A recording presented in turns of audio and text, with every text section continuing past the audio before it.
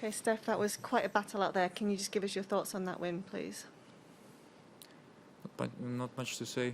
Great match towards the very end, and I fought like a lion. I fought like a real warrior out there, and it was an amazing ending with lots of emotion and great spirits. Do you want to raise your hand with questions in the room, please? Yep. Novak has talked about how fast he feels that Rod Laver is playing. I was wondering if you experienced that, and the other courts, if you experienced that today at all, especially facing someone who had a big serve and you served pretty well yourself. Wondering if how that played into the match at all. I find Rod Laver maybe one of the slowest courts out there. I think, yeah. Other courts feel quicker to me, but he was serving pretty well. Gave me a hard time, even though the court was slow. Had difficulties returning and bringing back his serve, and lots of missed opportunities, break points that I had, and yeah, he just managed it really well. I think the speed of the court, it's in most Grand Slams like this. Not all courts are the same speed. It is how it is. I don't really have to pay too much attention and detail on this. Yep. Stefanos, you spoke a little bit on court about Thanasi and his potential and kind of I suppose all the things he's overcome to get back to this level. What is his potential? What's based on how he played today? What do you think he's capable of? He's capable of a lot of things. He played phenomenal tennis. I didn't have the best start in the match. Took me a while to get used to the rhythm, the pace. I think it was also due to the fact that I played with a player who plays deep and slow, such as Gilles Simon, who gave a completely different rhythm and match in my first round opener. So I'm just happy I fought and found different ways that brought opportunities. You know, my fighting spirit was there when I had to. When I had to play, I played, and it's something that he also was dealing with really well. He was able to concentrate and serve big serves on crucial, important moments, which was very frustrating. I won't lie. And I think, yeah, he has a huge forehand, very good serve. All the potential is there. I really hope he stays injury-free, because it can be very frustrating. I've dealt with it, and I know it's very difficult mentally to go through things like this. I just wish him like good health, and that he can compete an entire year without any pain or anything bothering him. And you've known him for quite a few years. He said the other day that he's had dinner with your family. You've obviously been hitting partners at various points. How nice is it just to finally see him on the court properly and seemingly looking fit for the first time in a while? Well, it's not going to be fun for a lot of players playing against him. It's going to give them a really hard time. I've known him for quite a while. We played an exhibition match. First time that I actually met him was in an exhibition event that took place in Greece.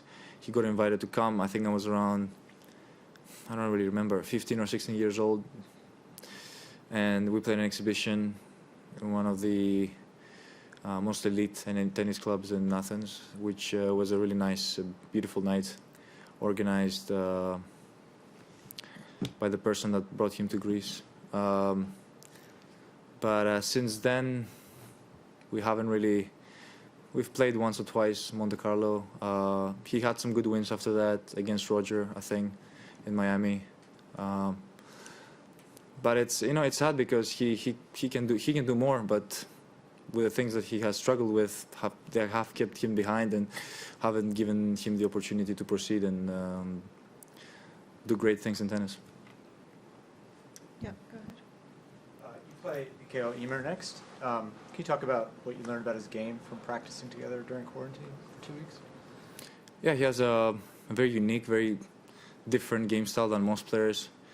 I would consider him as a counter puncher. He likes to play with your speed. Very good baseliner. Has a really solid baseline game. Yeah, we played a lot together. I think it's good that we tested our tennis many times against one another during the quarantine. He's someone I know like since a baby. We're both playing together. We're the same generation, same age. So yeah, he's a serious opponent. I know he had some good wins in the last couple of rounds. He seems like he's in good shape. Thank you. Okay, we'll move online. Willie from ESPN, first question, please.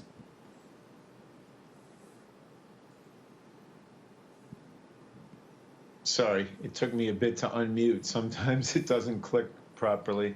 Can you describe what your hope is that this tournament will send in the way of a message to the rest of the world by having fans and all of the tournament being played in terms of hope for everybody else? This is the first step. This is the start of something greater in the future. This is a sign that things are going to be okay again and everything will return back to normal. It's a great move. It's a move full of hope, full of aspiration, and it's a reminder that things are better, things are greater when people are around and we can all enjoy it all together as a union. Okay, Raz from Sky Sports, next question, please. Hi, Steph. Just wondering, how good is it to see a Swede make it this far in a slam, especially with its rich history of players in the past? Yeah, they had a lot of players. Michael is, he's a Swedish prodigy. He has been playing. He has been good players on the tour. I think it helps that we played in quarantine. It's kind of like have a clue of how he plays and what he does. I'm pretty sure it's the same for him. This is going to be a difficult test, difficult challenge. He's in a really good shape, plays good tennis. He's a big fighter. I'm going to have to fight harder than him. And it's great to be seeing him make the third round of a slam. Okay, last English question. Simon from the Glasgow Herald. Hi, Stefanos. Congratulations. I think I'm right in saying that's your first hard-court 5-set win. What does that mean to you, especially given what happened to you against Borna Coric in New York last year? I don't know. A win is a win. And a hard-fought win is even sweeter.